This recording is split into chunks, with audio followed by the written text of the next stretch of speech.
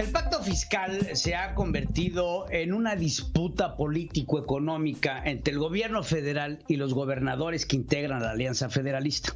Los gobernadores indican que la federación les entrega menos recursos de los que ellos aportan a través de la recaudación de impuestos que el SAT realiza en sus entidades. Para que los estados salgan del pacto fiscal, es necesario que se modifique en cada uno de sus métodos de recaudación, lo que representaría la generación de más impuestos y además de que sea necesaria una doble tributación. Para hablar de ello, agradezco a Macario Schettino, él es analista financiero y político. Macario, te agradezco mucho que estés en este espacio con nosotros en Central FM. ¿Cómo ves esta propuesta de la Alianza Federal, este encontronazo entre la Alianza Federalista y el presidente?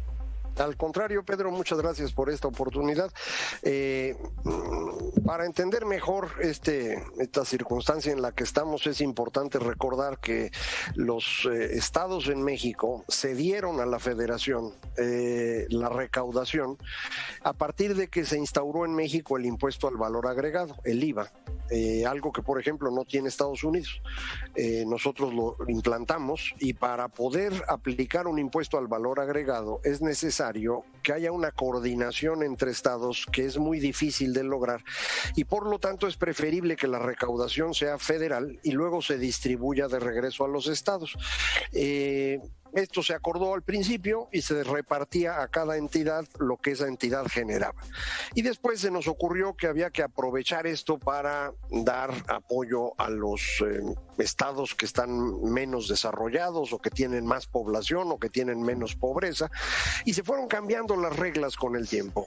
Ahora que estamos en un problema serio de recaudación en este año por la pandemia, pues no les alcanza a los gobernadores y se empezaron a enojar, porque además de que la parte que se distribuye, que tiene que ver con los impuestos, no alcanza, el gobierno federal del presidente López Obrador desde 2019 empezó a quitar otros fondos que se utilizaban para apoyar distintas actividades en los estados. Entonces la combinación de las dos cosas, menos recaudación y por lo tanto menos repartición, y la desaparición de otros fondos, es lo que pues ha llevado a estos gobernadores a exigir que las cosas se hagan de una manera distinta, y en eso están. Todavía no hay nada al respecto, no es una cosa que se pueda resolver fácilmente, por cierto. ¿Se te hace descabellada la propuesta de los gobernadores? Porque vemos las respuestas de la presidencia de la República. Primero, el presidente no se quiere reunir con los gobernadores y los manda cual segundones a reunirse con otros secretarios de Estado.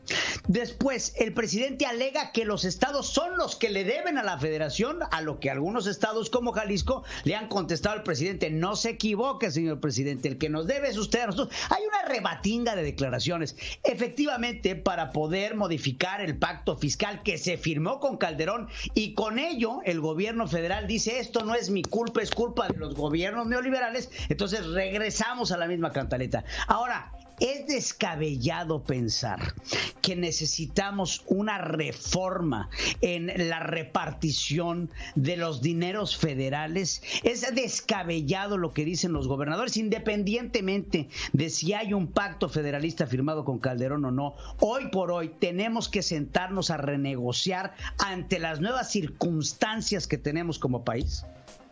Yo creo que no es descabellado, sobre todo considerando lo que te comentaba, adicionalmente a esos recursos que se acordaron, insisto, en 1980, luego se modificaron durante el gobierno de Salinas, se volvieron a modificar en el gobierno de Calderón. A esos recursos se les sumaban otros flujos que venían del gobierno federal, que son los que adicionalmente quitó López Obrador. Entonces, esto realmente deja a los gobiernos estatales con muy pocos recursos. Yo creo que los gobiernos estatales tienen que aprender a recaudar mejor. Esto también es cierto. Por ejemplo, el predial en México recauda muy poco. En Estados Unidos el predial recauda 2.5 puntos del PIB. En México es la 10ª parte. Hay otro tipo de impuestos que podrían aplicarse localmente y no se hacen. Yo creo que eso es importante, pero sí tiene que haber una renegociación de cómo queremos que funcionen los estados, porque hay algunos que reciben muchísimos recursos y no aportan a la federación, y a cambio hay otros que están aportando mucho a la federación y les devuelven muy poco, y que ahora con esto corte en los otros flujos que había, sí les están complicando el funcionamiento. Macario, ¿cómo ves tú la informalidad? Porque creo que también la informalidad juega un papel importante. México tiene un bajísimo nivel de recaudación y los programas que ha elevado el presidente al cuarto constitucional, lo que muchos podrían decir que fomentan esa informalidad ante el conformismo de aquel que estira la mano y recibe un pan. ¿Qué opinas al respecto? México tiene más o menos 57% de sus trabajadores están en el sector informal. Muchas personas creen que si los informales dejaran de serlo se recaudaría más, pero aquí hay un problema, y es que la mayor parte de quienes están en la informalidad, por mucho, son personas cuya productividad es tan baja que no podrían pagar impuestos.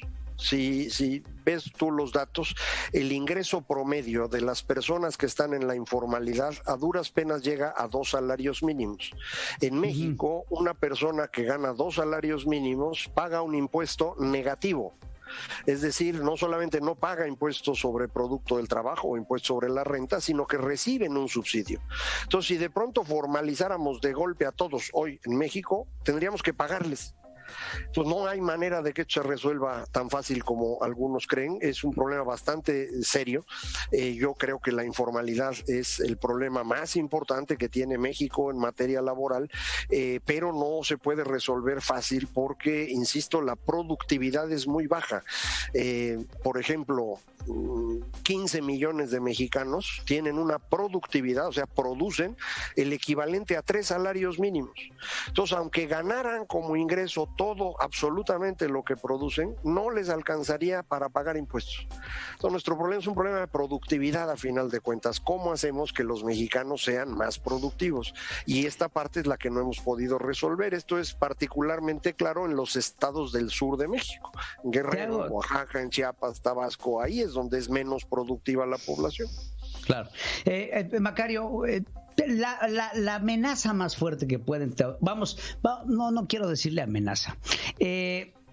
La llavecita de mando más fuerte que podrán tener los gobernadores de la Alianza Federalista es la amenaza al gobierno federal de salirse del pacto y con ello salirse de la federación. Son dos cosas distintas. Salirse del pacto fiscal significa salirse de la federación, no.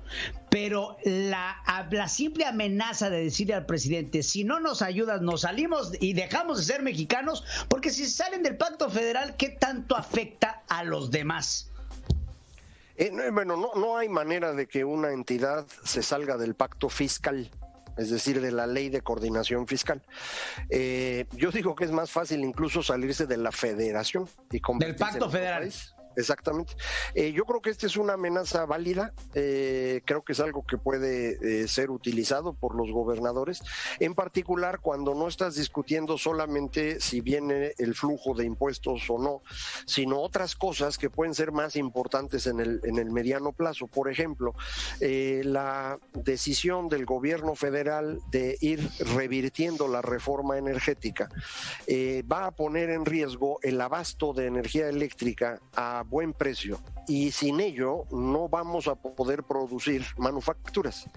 Y los estados que están en esta alianza son estados que se dedican a las manufacturas, que exportan y que dependen de este servicio.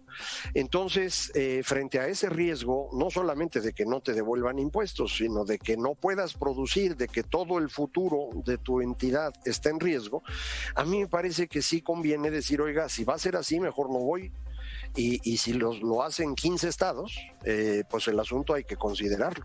Entonces, yo creo que es probable que podamos movernos en esta dirección si no hay una forma de hacer política más seria en México.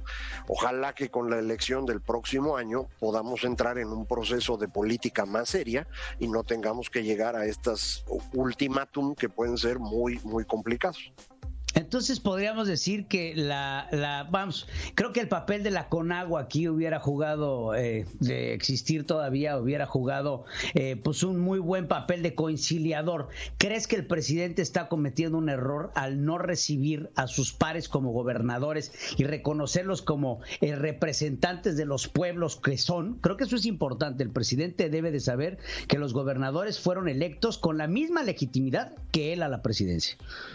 Sí, y creo que deberían platicar. Yo creo que ese es precisamente el gran problema que tenemos en México en este gobierno, y es que el presidente López Obrador no tiene interlocutor, porque el poder legislativo lo controla él. La CONAGO prácticamente no funciona, entonces no tiene con quién hablar, y cuando uno no tiene con quién hablar se equivoca más. Hablar sirve para resolver los problemas antes de que ocurran, para poner en tela de juicio lo que uno cree, corregirlo y tomar una mejor decisión. La política es el arte de estar negociando. Si no hay con quién negociar, sino que son decisiones unívocas de una sola persona, el resultado siempre va a ser peor. Entonces yo creo que debería platicar, sería mucho mejor. Debe estar haciendo cálculos políticos de los que le gustan. Hay que recordar, no es una persona muy brillante el señor presidente, entonces se le dificulta esto. No tiene visión de largo plazo, creo que no se puede imaginar hasta dónde llegan estos conflictos. Entonces, pues sí, está cometiendo errores. Yo quisiera que esto se resolviera platicando, negociando, como debe hacerse en la política en cualquier parte del mundo. Pues ojalá y así sea, Macario, porque yo estoy de acuerdo contigo. El señor habla ex cátedra, y la verdad se equivoca con demasiadas veces al día. Mi querido Macario Esquetino, muchas gracias por esta plática. Te invito a que siempre estemos en comunicación para poder informarle a este auditorio de Central FM Equilibrio. Al contrario, Pedro, muchísimas gracias. Muy buenas tardes. Gracias, Macario.